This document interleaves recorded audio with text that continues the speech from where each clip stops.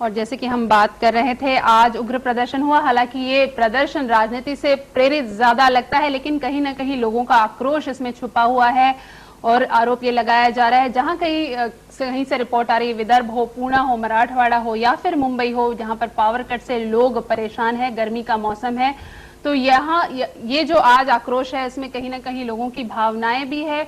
क्या कुछ है ये बिजली संकट, कितनी सक्षम है ये सरकार, ये सभी जानते हैं। हमारे साथ हमारे संवाददाता वीरेंद्र सिंह गुनावत मौजूद है और उनके साथ एजी अय्यर, जो कि प्रोफेसर है, पावर क्षेत्र के विशेषज्ञ हैं। उनसे जानते हैं कि कितना निपट सकती है इस पूरे मसले से सरकार। वीरेंद्र।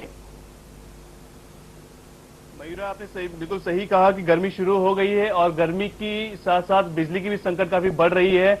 अगर हम बॉम्बे की बात करें तो बॉम्बे में अभी तकरीबन 2 या 3 घंटे की पावर कट हम देख रहे हैं। डोंबिवली साइड, कल्याण साइड, वसई है, नाला सुपारा वहां है। अगर हम ग्रामीण और गांव की बात करें तो वहां 9 से लेकर 14 घंटे के बीच में पावर कट रहती है। महाराष्ट्र में आज 4000 मेगावाट की शॉर्टेज चल रही है। वर्ष 2010 तक ये बढ़कर 10,000 मेगावाट हो जाएगी। महाराष्ट्र ये कह रही है कि उन्होंने 12,500 मेगावाट की जो साइनिंग की है उसका असर अगले 4-5 सालों में दिखेगा। लेकिन ये समस्या कितनी गंभीर हो सकती है आने वाले दिनों में? क्या सरकार के पास कोई स्ट्रैटेजी ऐसी है जो इस संकट को दूर कर सके? ये इस बारे में हम चर्चा करते हैं। हमारे साथ विशेषज्ञ है प्रोफेसर एजी अय्यर। इनसे हम सीधी बात करते हैं कि क्या कोई स्ट्रैटेजी है। अय्यर साहब, इस प्रोग्राम में आपका स्वागत है। सबसे पहले ये बताएं कि जो हो रहा है, ये तो सही बात है, राजनीति हो रही है, लेकिन दूसरी बात है क्या कि महाराष्ट्र के पास कोई ऐसी स्ट्रैटेजी तैयार है ताकि इस संकट को दूर कर सके? देखिए, स्ट्रैटेजी तो तैयार की नहीं गई है, लेकिन इस वक्त परिस्थिति जो 4000 मेगावाट, क्योंकि करीबन आपको याद होगा 1 हफ्ते पहले 3000 मेगावाट की बात की थी, अब 4000 बोल रहे हैं। अब ये 5000 भी होने का पॉसिबिलिटी है। तो जल्दी से जल्दी इसको समाधान निकालना पड़ेगा और इसमें हमें सेंट्रल किटी से साइन करके सेंट्रल गवर्नमेंट के लेवल पे हमको पावर परचेज करना पड़ेगा हमारे को। यह हार्ड रियलिटी है। तो आप ये कह रहे हैं कि पावर ट्रेडिंग कॉर्पोरेशन है जो एक जिससे के साथ साइनिंग करके हम 2500 या 3000 मेगावाट हम आराम से ले सकते हैं? बिल्कुल, क्योंकि इसमें क्या है, प्राइवेट पब्लिक पार्टिसिपेशन के रूट से महाराष्ट्र के लिए परचेज पावर करना चाहिए, क्योंकि अगर महाराष्ट्र की इकोनॉमी हिट होगी तो इंडियन जीडीपी के ऊपर भी 1% का असर पड़ सकता है। जी, अभी ये दिलीप वलसे पाटिल ये भी कह रहे हैं कि तालेगांव या उड़ान में भी एक प्रोजेक्ट तैयार कर सकते हैं जिससे 3000 मेगावाट आ सकता है आने वाले दिनों में। तो क्या ये ग्राउंड पे अमल होता हुआ दिख रहा है? देखिए, 4 से 5 साल किसी भी नए प्रोजेक्ट को आने में लगते हैं। सीधी बात है, सामने एनरॉन पड़ा है, पकड़िए और उसको सॉल्व करिए डायरेक्टली। तो आप ये कह रहे हैं कि जो ढाबोल जो प्रोजेक्ट है उसको हम वापस से शुरू कर सकते हैं? सीधी बात है, 2184 मेगावाट, मैंने तो लास्ट टाइम भी आरकेबी शो में बोला था कि इसको 6 से 8 महीने में चालू किया जा सकता है। कंजर्वेटिव एस्टिमेट अगर लेना हो तो 1 साल में किया जा सकता है, लेकिन विल होनी चाहिए, पॉलिटिकल विल। लेकिन एक और बात है, इसमें काफी टेक्निकल इश्यूज इन्वॉल्व है, काफी फाइनेंशियल इंस्टीट्यूशन काफी कोशिश तो कर रही है लेकिन जल्दी सुलझता हुआ दिख नहीं रहा है। तो इसमें थोड़ा 6-7 या 12 महीने लग सकते हैं? देखिए, 12 महीने कोई बड़ा टाइम नहीं है, लेकिन ये गवर्नमेंट बोल रही है कि 2 और 3 साल, वो नहीं एक्सेप्टेबल है। आप किसी को सॉल्व करना चाहते हैं, फटाफट करिए। सामने प्लान पड़ा हुआ है 2000 मेगावाट जो चालू हो सकता है इमीडिएटली।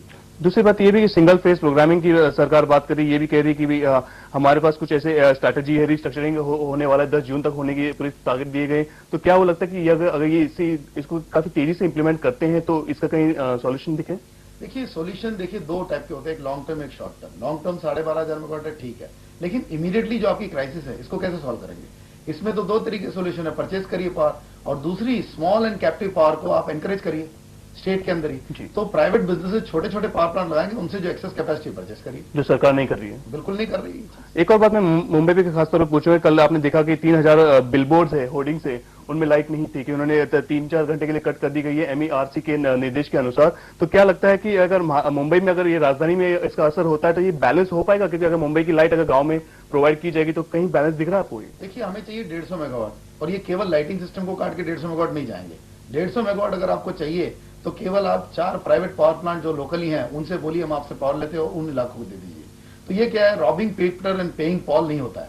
अगर विपक्ष होती, क्योंकि ये काफी राजनीति का मुद्दा बनते जा रहा है, अगर विपक्ष अगर इनकी जगह पे होती तो क्या उनके पास कोई सॉल्यूशन होता? जो आज कह रही कि सरकार की गलती है, सरकार की गलती के कारण आज लाइट नहीं है पूरे राज्य में, तो क्या अगर विपक्ष होती तो वो कुछ कर पाती? देखिए, पहली बात ये कि ये जो पॉलिटिक्स जो हो रहा है ना, इसमें तोड़फोड़ करना और ये करना, ये पॉलिटिक्स की बात है। लेकिन असली बात ये है कि इसमें कोई डाउट, 2 राय नहीं है कि इससे पहले भी कांग्रेस गवर्नमेंट थी स्टेट में जी, तो वो स्टेट में जब कांग्रेस गवर्नमेंट थी उसने कोई सोल्यूशन नहीं निकाला।